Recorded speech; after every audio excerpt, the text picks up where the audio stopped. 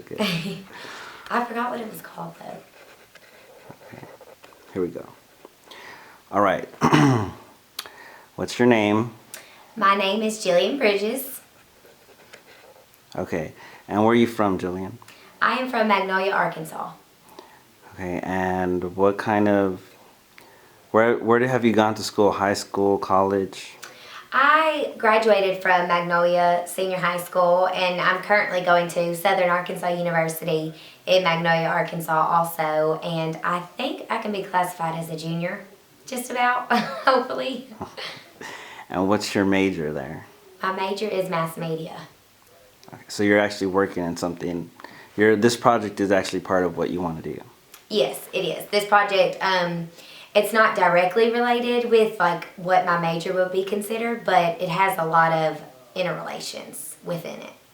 But this project is actually more of what I would want to do rather than my major. It's just they're seen in two different perspectives, like one with school, one outside school. So. Okay, and so how did you first get involved with Jonathan Traylor?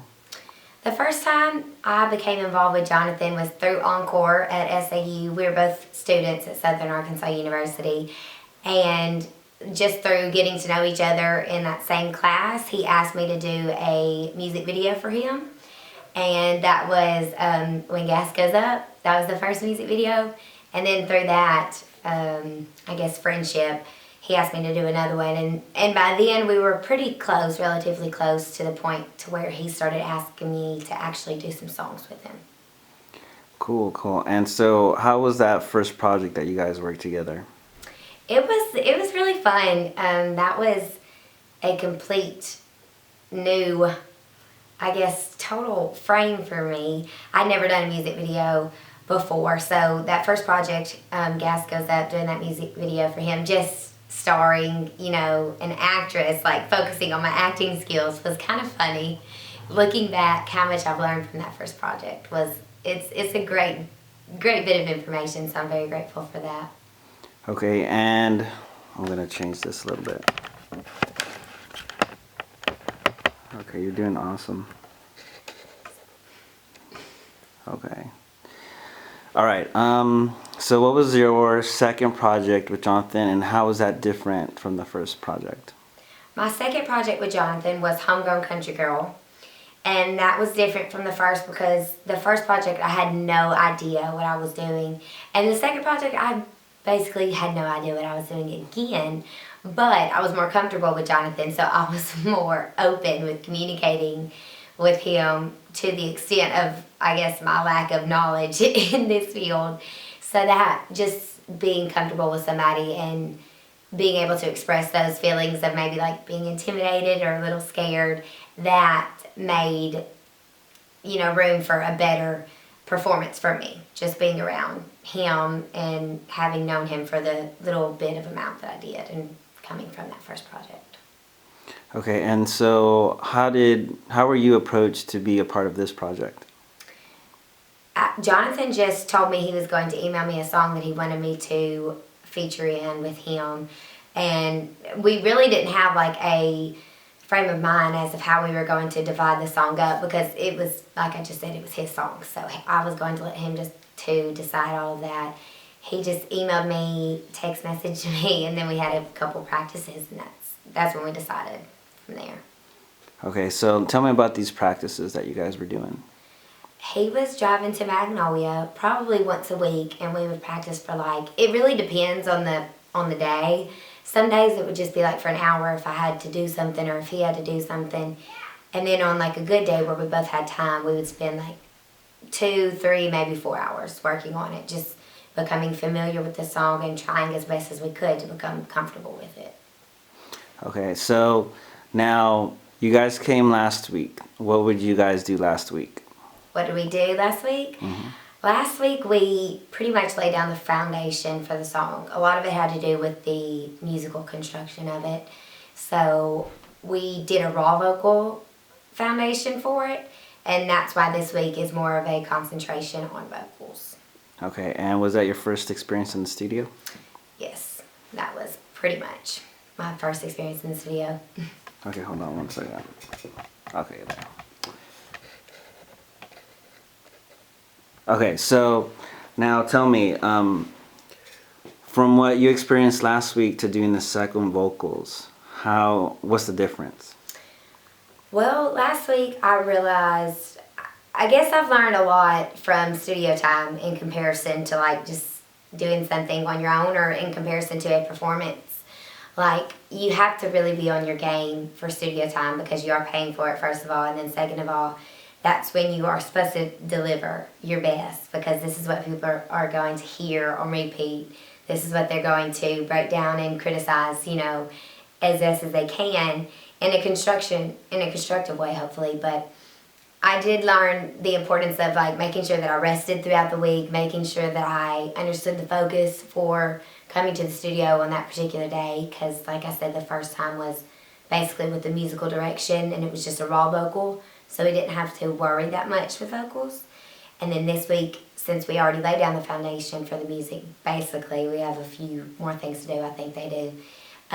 Is more of a concentration on vocals. So to really make sure I knew what we were going to focus on so that I could be on top of things as far as my role goes. So, and how did you feel today with the producer stopping in, starting in, stopping in, stop?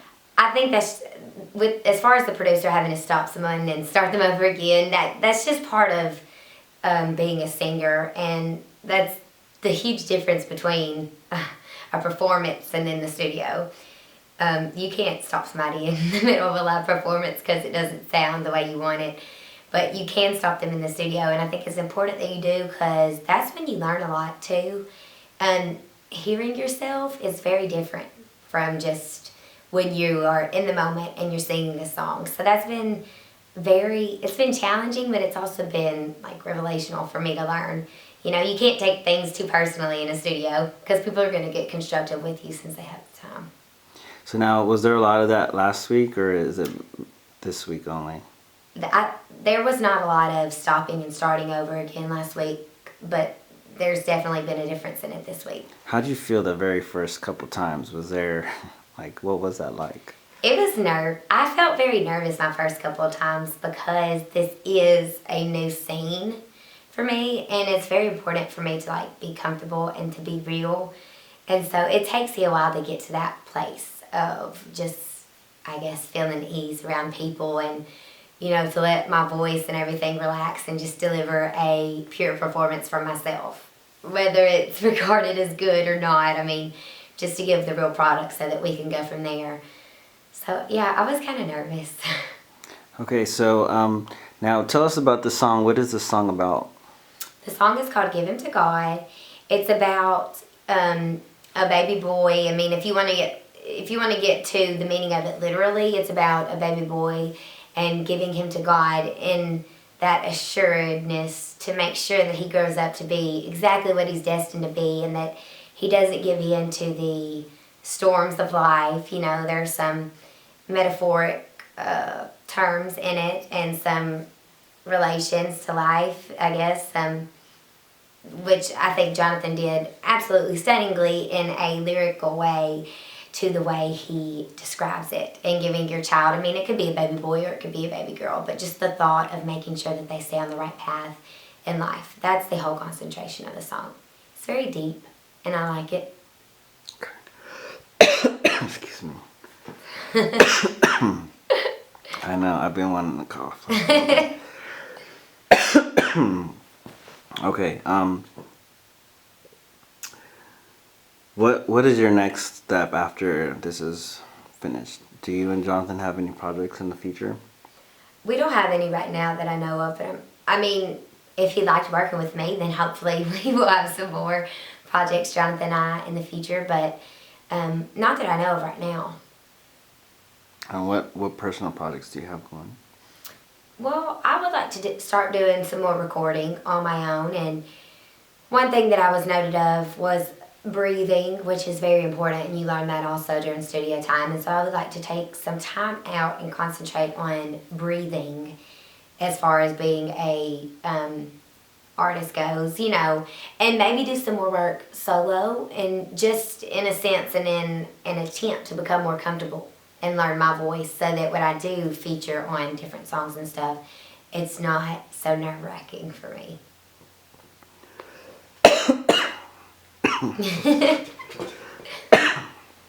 I'm so sorry. It's Okay.